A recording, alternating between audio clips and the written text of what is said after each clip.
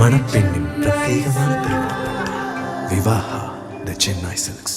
திமுகவின் கோட்டையாக உள்ள கம்பம் சட்டமன்ற தொகுதியில் வரும் 2026 தேர்தலில் 4 முனை போட்டி நிலவும் எனவும் அதிலும் மண்ணின் மைந்தரான ஒருவர் நின்று களமாடுவார் என்றும் கூறப்படுகிறது. இளைஞர்களும் இளம் பெண்களும் ஒரு பக்கம் தாவேகாவிற்கு வாக்குகளை செலுத்தி மொத்த வாக்குகளை கணிசமாக பிரிப்பார்கள் என்ற பேச்சு அடிபடும் நிலையில் திமுக தனது கோட்டையாக தக்க வைக்குமா அல்லது தாரை வாக்குமா என்பது பெரும் புதிராகவே உள்ளது. தேனி மாவட்டம் கம்பம் சட்டமன்ற தொகுதிக்கு தனி கிராக்கி உள்ளது. தமிழக கேரள எல்லையை உள்ளடக்கிய இந்த தொகுதியில் 80% விவசாயத்தை மட்டுமே நம்பியுள்ளனர். மீதமுள்ளோர் தோட்டங்களில் கூலி வேலை செய்து வருகின்றனர். 1957 சட்டமன்ற தொகுதியாக நிறுவப்பட்ட கம்பத்தில் VS மணி காங்கிரஸ் எம்எல்ஏவாக இருந்தார்.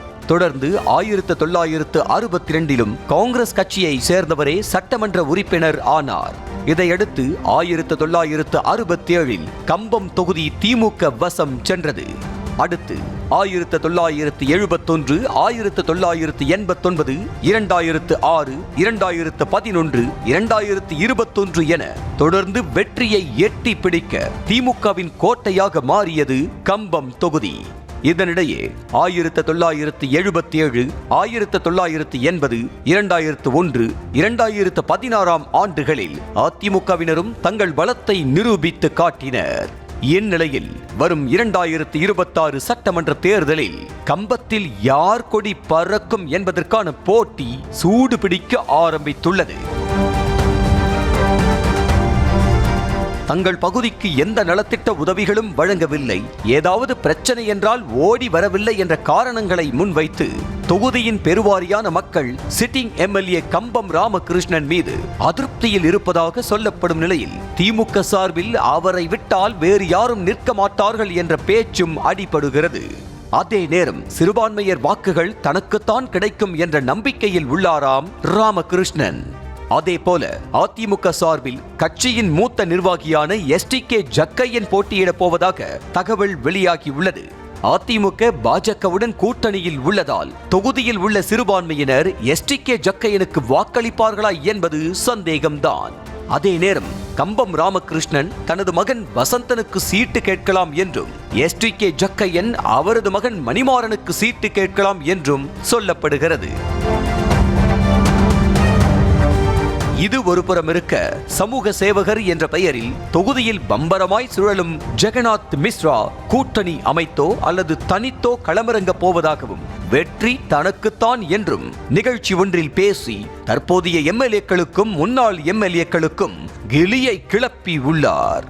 திமுக அதிமுகவினரை எதிர்க்கும் அளவுக்கு ஜெகநாத் மிஸ்ராவின் நமது மக்கள் முன்னேற்ற கழகம் சொல்லிக் கொள்ளும் அளவுக்கு பெரிய கட்சியா அல்லது அவர்தான் பெரிய அரசியல் தலைவரா?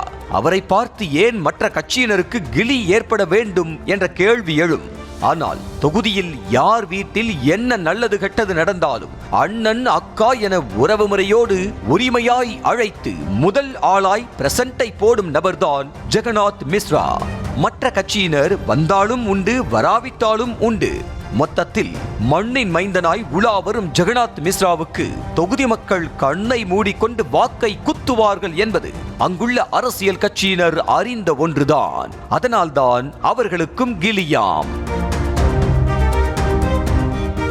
இதனிடையே விஜயின் தமிழக வெற்றி கழகத்தின் சார்பாக மதுரை வழக்கறிஞர் சுபாஷ் நிற்கப் போவதாக கூறப்படுகிறது.